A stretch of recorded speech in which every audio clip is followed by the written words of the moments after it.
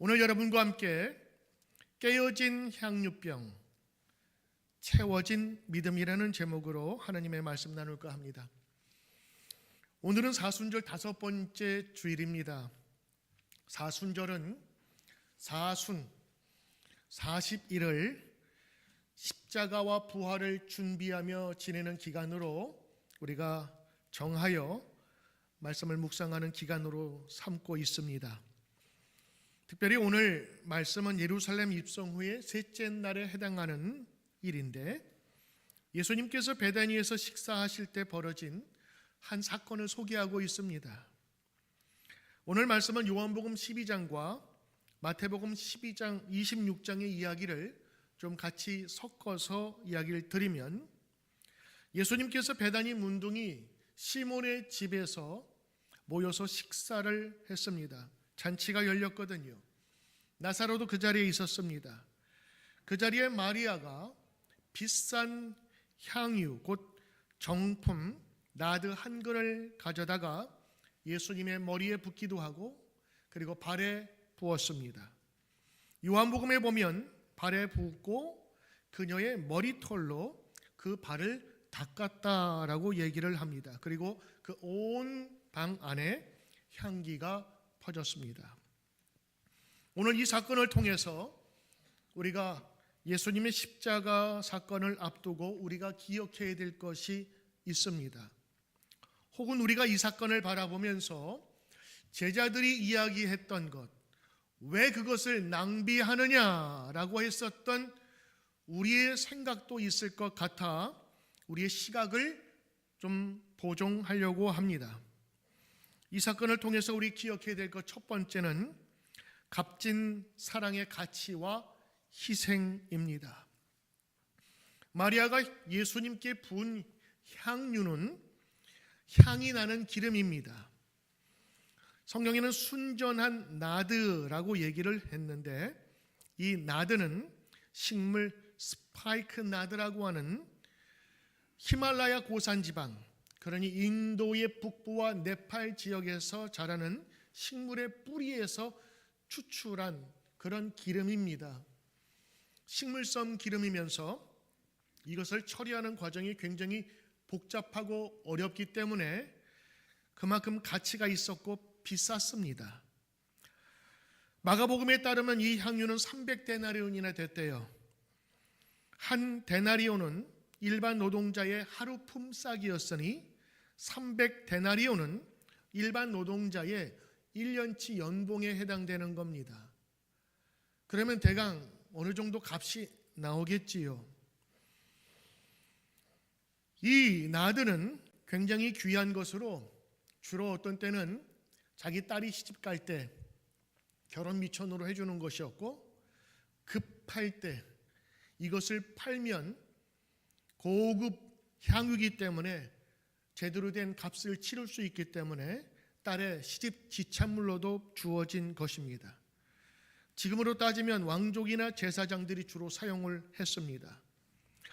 이 향유는 달콤하고 그 다음에 흙내음이 났으며 머스크 향을 품은 향기라고 합니다. 요즘 말하면 제일 비싼 샤넬, 에르메스 이런 정도, 그래서 아무나 손댈 수 없는, 주로 왕과 귀인, 귀족들의 결혼식과 장례식에 조금 사용되었던 아주 귀한 것이었습니다. 그런데 이 귀한 것을 1년치 수입에 해당하는 그것을 단 몇 분 만에 다 쏟아 부었어요. 이 모습을 보면서 제자들도 뭐 하는 짓인가, 저거 팔면 상당한 값이 나서 어려운 사람 도울 수 있을 텐데, 가룟 유다도 얘기하고 제자들도 같이 얘기했습니다. 인간적인 관점에서 보면 마리아의 행동은 낭비적인 행동이었습니다. 세상의 눈으로 볼 때 마리아의 행동은 비효율적이고 비합리적인 것처럼 보였습니다. 요즘에 SN이나 여러 유튜브들 보면 비싸고 좋은 데도 많지만 값싸고 좋은데 그걸 뭐라 그러죠? 가성비가 좋다고 얘기를 해요. 사람들이 가성비가 좋다면은 다 좋은 거예요. 왜? 적절하게 값도 싸면서 풍성하게 먹을 수 있는 것. 근데 여기 마리아가 했는 행동은 가성비로 따지면 제일 못한 행동이라 볼 수 있는 겁니다. 제자들까지도 그를 비난했는데 오히려 예수님은 이렇게 말씀하고 계셨어요. 그녀를 가만두어라. 나의 장래를 위해서 그가 이를 간직하였습니다. 오늘 여기서 중요한 교훈 발견합니다. 진정한 사랑과 교훈은 계산하지 않는다는 것입니다. 사랑은 효율성이나 합리성을 따지지 않습니다. 사랑은 최선을 다해 자신을 내어주는 것이지요. 우리 성도님들 보면 돌아가신 부모님을 생각하면서 많은 눈물을 흘리는 분이 계십니다. 아마도 제 생각에는 어렸을 때 자기가 약했거나 못 먹었을 때, 병들었을 때 온 몸을 다해서 간호해 주시고 돌봐주셨던 그 어머니의 사랑이 생각나서가 아닐까 싶습니다. 마리아 이런 행동은 어머니의 사랑에 보답하듯이 값진 것을 가져와서 예수님에게 쏟아 부었습니다. 오늘 우리는 마리아에서 이런 모습을 보지요. 예수님은 그녀의 모든 것이었고, 예수님은 그녀의 미래였고, 예수님은 자기의 소중했던 오빠를 다시 살린 아주 고맙고 감사한 분이었습니다. 그래서 그가 쏟아 부은 것은 그녀에게는 아깝진 않았어요. 그러나 이런 사정을 모르는 사람에게는 그것이 낭비로 보였던 것이었습니다. 더욱이 주목할 점은 마리아가 이 향수를 부은 것뿐만 아니라 자신의 머리털로 예수님의 발을 닦았다고 하는 것이지요. 그 당시에도 흔한 것은 아니었습니다. 당시 문화에서 여성들의 머리털은 아주 개인적이고 소중한 것이었죠. 머리털을 풀어서 남의 발을 닦는 것은 자신을 완전히 낮추는 극도의 겸손과 헌신의 표현이었던 겁니다. 지금도 여러분, 여성들의 이 머리칼이 얼마나 귀합니까? 저는 그렇게 길어보질 못해서 머리의 소중함을 잘 모르겠어요. 저는 이게 많이 기른 건데, 여성분들은 머리로 자신을 표현하죠. 안 그렇습니까? 색깔도 넣고요. 그리고 어떤 분은 한 가닥만 이렇게 떠서 특징을 살리기도 하고, 머리가 길었다 짧아졌다 그럼 뭔가 이상이 있는 겁니다. 그리고 머리를 어떻게 하죠? 기분 좋으면 스트레이트로 쫙 펴기도 하고, 또 어떤 때는 한번 볶아가지고 쫙 뜨기도 하고. 그 여성의 머리를 가꾸는 것은 자기 인생의 행복입니다. 예전에 독일군이 프랑스를 점령한 적이 있었잖아요. 그때에 독일군에게 어떻게 이렇게 부역하고 거기에서 이렇게 도움을 줬던 여성들이 있었던가 봐요. 나중에 연합군들이 들어와서 독일군이 물러난 이후에 그 프랑스 사람들이 거기 그 다큐멘터리를 보니까 그 나치에 부역했던 사람들 여성을 잡아가지고 제일 먼저 한 게 뭐냐면 머리를 팍팍 깎는 거예요. 수치를 주는 거죠. 여성의 머리카락은 그녀의 인품이며 그녀의 가장 소중한 것이라고 표현되는 것입니다. 그런데 오늘 마리아가 자신의 카락을 풀어서 붓고 그것도 예수님의 발을 닦았다라고 하는 것은 내가 그분을 진정 사랑한다고 하는, 내 모든 것을 드리겠다고 하는 그런 표현이죠. 오늘 이런 모습을 보면 우리는 얼마나 계산적으로 살아가는지를 봅니다. 내가 이것을 드리면 무엇을 얻을 수 있을지, 내가 이 봉사를 하면 어떤 인정을 받을 수 있을까, 내가 이 헌금을 하면 어떤 축복을 받을 수 있을까, 얼마를 해야 될까. 우리는 종종 손익을 따지면서 신앙생활하고 사회생활을 합니다. 그래서 나에게 유익이 되는 사람들을 주로 만나고 찾아다니죠. 이익이 안 되는 사람들은 일도 보지 않는 그런 경우가 많습니다. 그런데 오늘 성경에서 주는 이 마리아의 교훈은 사랑을 계산하지 않았습니다. 그저 자신의 가장 소중한 것을 예수님께 드렸습니다. 이것이 진정한 사랑의 모습이라고 한 것이죠. 예수님은 이 여인을 왜 귀하게 보셨냐? 곧 이틀 후면 죽을 나의 모습을 그 여인에게서 봤기 때문에 그랬어요. 내가 지금 십자가에 죽는데 그 여인이 자기의 모든 것을 다 주님께 드리듯 내가 이제 이틀 후면 하나님께 내 것을 모두 드리며 사명 완수하고 모든 인류의 죄를 대신하여야 될 그 사명을 감당하는 그 모습을 보았기 때문에 예수님은 그녀를 제지하지 않았던 것입니다. 사순절을 지내는 우리에게 마리아의 이야기는 오늘 사랑과 헌신을 돌아보게 하는 것입니다. 우리가 예수님을 사랑한다라고 하는 것은 우리의 주인이 예수님이라고 하는 것입니다. 우리의 소유가 내 것이 아니라 주님 것임을 고백하는 겁니다. 예수 믿고 여러분이 제일 먼저 받았던 예식은 뭐지요? 세례 예식입니다. 내가 물속에 들어가는 것, 죽음을 상징하는 겁니다. 물속에 들어가 세례자가 그를 다시 세웁니다. 부활하시듯 이제는 다시 새 생명으로 살았다는 것을 증명하는 겁니다. 오늘 마리아의 이야기는 우리에게 전해지고 있는데 예수님께서는 그 여인의 이야기가 증거될 것이라고 말씀하셨습니다. 왜냐하면 마리아에게서 원초적인 예수님의 사랑을 볼 수 있었기 때문인 것이죠. 두 번째 마리아의 칭찬은 마리아의 영적 통찰력에 있습니다. 그는 놀라운 영적 통찰력을 가지고 있었어요. 예수님은 이렇게 말씀하셨죠. 이 여자가 내 몸에 향유를 부은 것은 나의 장례를 위함이라. 내가 죽어서 장례 치를 것을 아는 행동이었다라는 겁니다. 다른 제자들은 그걸 못 보았어요. 그래서 낭비로만 보았던 겁니다. 굉장히 의미심장한 말씀입니다.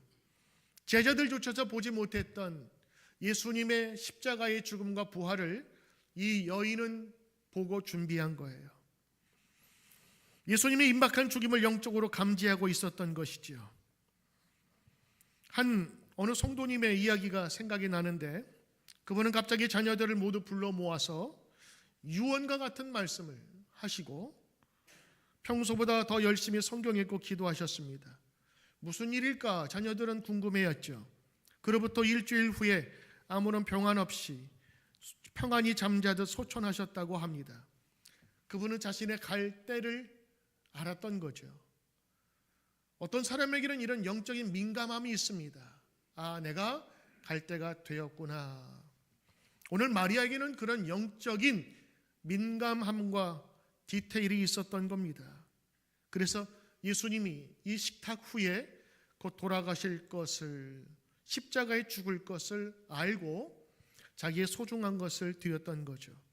마리아는 예수님이 십자가에서 죽은 이후에 그분의 시신에 향유를 바를 시간이 없었다는 것을 알았던 것인지 그분에게 와서 그 향유를 부었던 겁니다. 유대인의 장례 풍습에는 시신에 반드시 향유와 향료 그리고 몰약이라고 하는 시신 방부제를 뿌리는 경우가 많았기 때문이었습니다. 마리아의 행동은 예언적이었습니다. 그의 예수님의 죽음을 기억했기 때문이죠. 사순절을 보내는 우리에게 이것은 특별한 의미가 있습니다. 아무리 강조하고 강조해도 모자랄 예수님의 십자가와 그 사건, 오늘 여러분이 부르신 찬송과 믿음의 고백과 사도신경의 고백 그리고 성가대의 모든 찬양 가운데 항상 빠지지 않는 것이 뭐죠? 얼마나 아프셨을까? 그 죽으시면서 나의 죄를 대속하기 위해서 죽으신 예수님의 사랑. 여러분이 오늘 참여하신 성만찬도 마찬가지입니다. 나를 기억하라. 무엇을 기억할까요? 찢겨진 몸, 흘리신 피가 나의 죄를 깨끗하게 했다고 하는 것. 그래서 예배를 드릴 때마다, 우리가 하나님을 경배할 때마다 우리의 영혼의 순결함과 하느님 앞에서 이제는 당당하게 설 수 있는 하나님의 백성이 되었다는 것을 우리는 알게 되는 것입니다. 그러므로 예수님의 십자가를 준비하며 향유를 부은 그 의미를 깨달은 그 여인의 깊은 영적인 통찰력을 예수님은 칭찬하셨고, 자신의 이야기가 전해지는 곳마다 이 여인의 이야기가 전해질 것이다. 그 말은 뭐예요? 이 여인이 한 일이 귀하다. 어떤 일이죠? 예수님의 죽음을 다른 사람은 알지 못해도 그 여인만은, 주변에 누가 뭐라고 할지라도 그분을 사랑했던 그 여인의 순전한 사랑과 헌신을 기억하게 될 것이라. 그리고 앞으로도 이 마리아와 같은 헌신과 사랑이 나타나져야 되리라. 그래서 예수님의 이야기와 함께 이 여인의 이야기가 전해질 것이라 말씀하셨습니다. 2000년이 지난 지금도 우리는 그 여인을 기억하고 있습니다. 예수님에게 전부를 드렸던, 예수님에게 헌신하며 사랑을 드렸던, 그리고 예수님의 죽으심을 기억했던 이 여인 말입니다.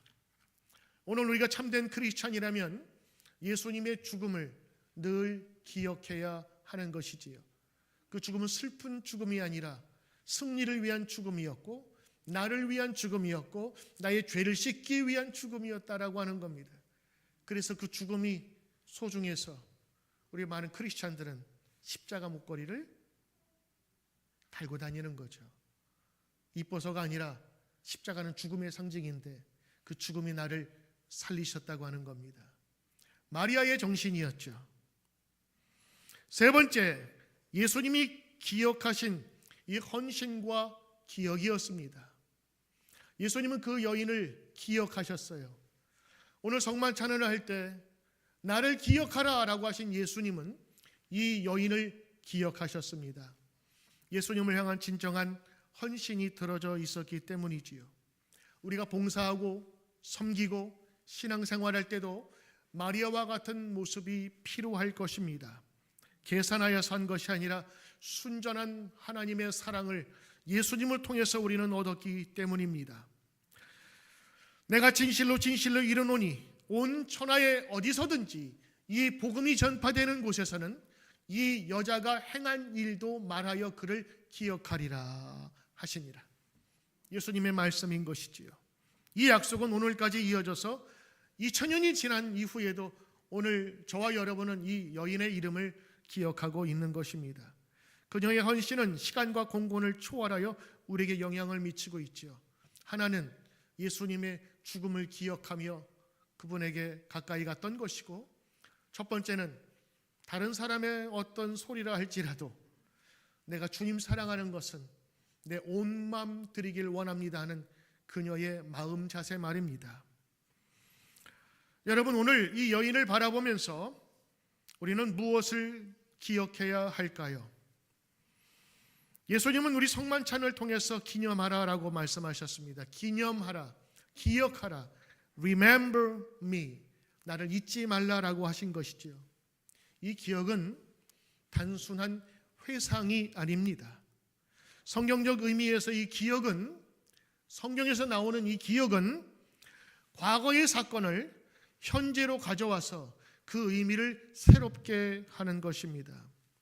그래서 유대인들의 기억이 무서운 것은 저들은 말로만, 생각으로만 하지 않고 몸으로 기억하게 만드는 것이기 때문에 그렇습니다. 6월절이 되면 저들은 이집트에서 나온 것을 기념하면서 빵을 먹을 때도 이스트를 넣지 않은 맛없고 딱딱한 떡을 일부러 만들어서 자녀들에게 먹입니다. 그리고 야외에 나가서 텐트를 치면서 쓴 나물을 먹으면서 몸으로 기억하게 만든 거죠. 그 사건은 몇천 년 전에 있었지만 그 사건은 지금 현재로 그들이 살아가고 있는 거예요. 어떻게 잊겠어요? 그 사건을 자신에게 의미 있는 일로 체험하면서 살아가고, 마찬가지로 우리는 예수님의 십자가를 생각하면서 성만찬을 하는 겁니다. 예수님 돌아가셨고 우리를 위해 피 흘리셨대. 그것을 우리가 어떤 경험을 통해서 기억하느냐? 여러분이 성경을 눈으로 보고 귀로 들었다면 이제는 예수님의 그 십자가의 사건과 우리를 위한 사랑을 주님 주신 오감으로 느끼는 거예요.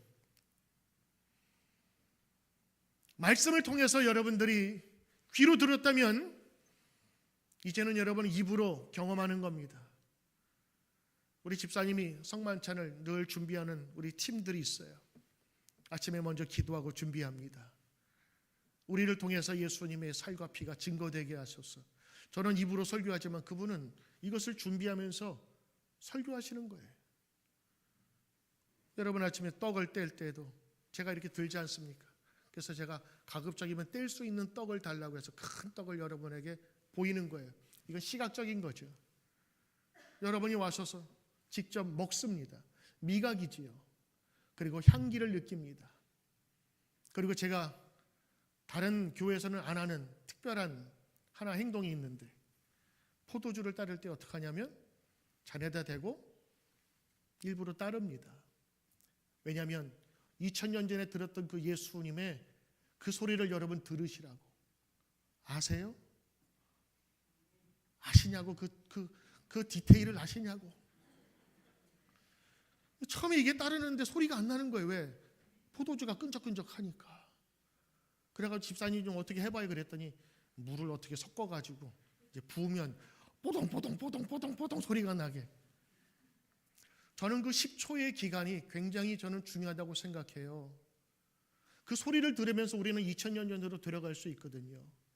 그리고 그것을 먹고 마시면 어떻게 되죠? 내 안에 예수님께서 직접 떼신 그 빵이 내 안에 있지요. 우리는 지금 포도즙을 마시지만 예전에는 포도주를 마셨다고요. 어떻게 잘 삭힌 거는 너무 독해가지고 어렸을 때 먹을 때 핑 돈다고. 내가 포도주를 먹은 게 아니라 포도주가 내 안에 있으면서 내 몸을 약간은 지배하잖아요. 그래서 이제는 예수님께서 하신 것을 직접 내가 체험하며 경험합니다. 이게 성만찬의 의미고, 그래서 성만찬은 우리의 모든 오감을 통해서 예수님을 기억하도록 만든 거예요. 머리만이 아니라 내 안에 빵과 피가 있어서, 포도주가 있어서 내 안에 머무는 것처럼 주님의 성령도 내 안에 머무름을 믿고 경험하고 체험하고 나갑니다는 것이 바로 성만찬이라고 하는 겁니다.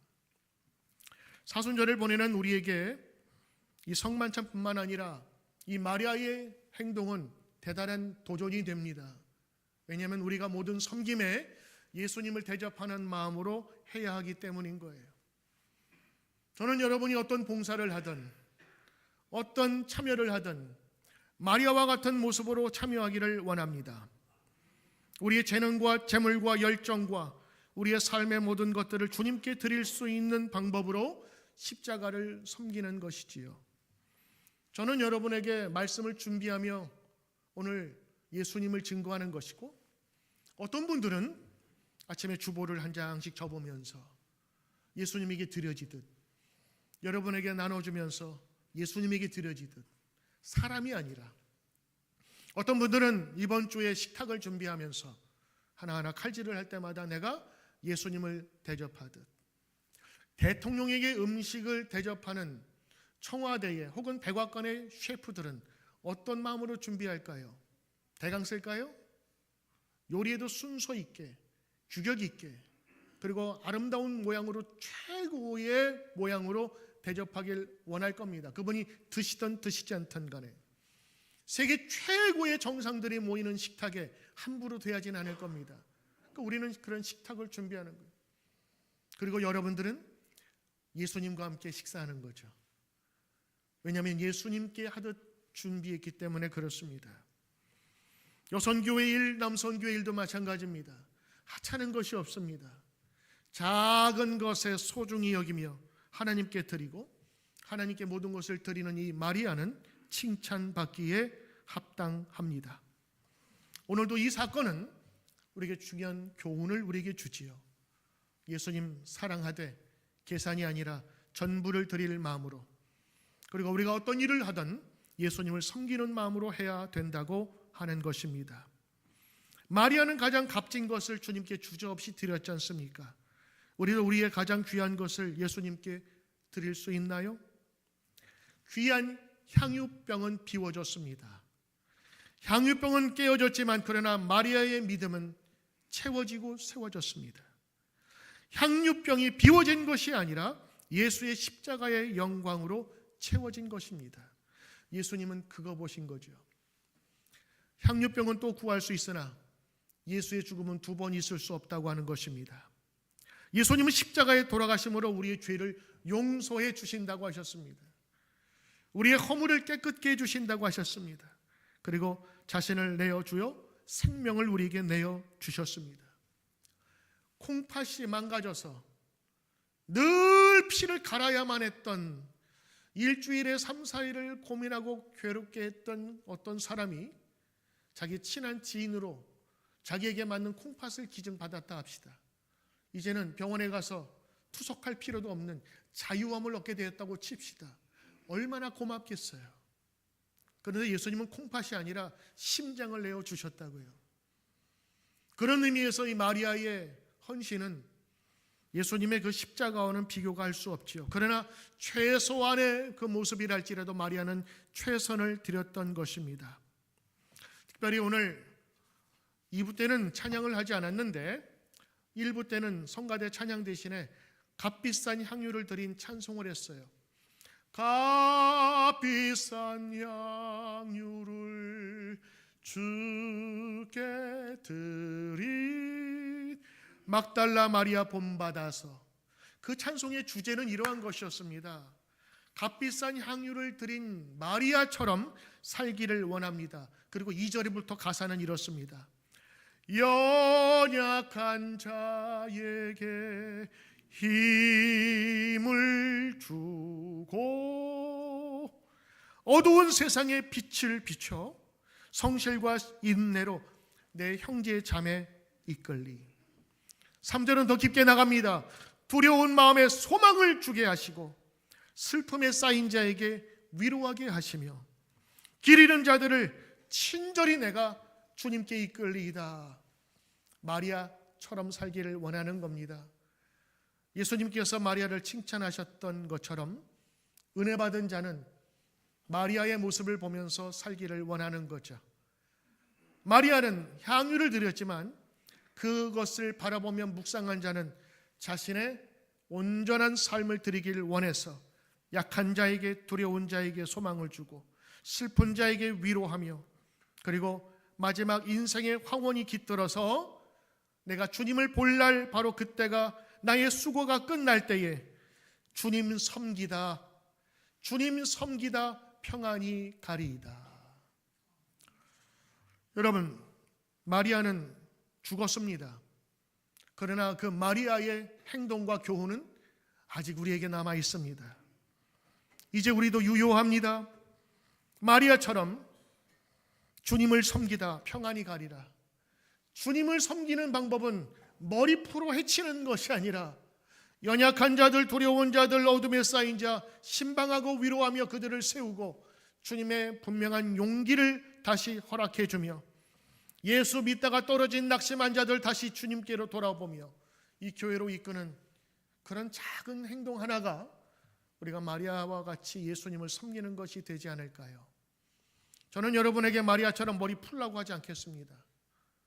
그러나 우리가 예수님을 섬기는 방법은 최선을 다해 섬기는 귀한 마음으로 주님께 나가야 될 것입니다.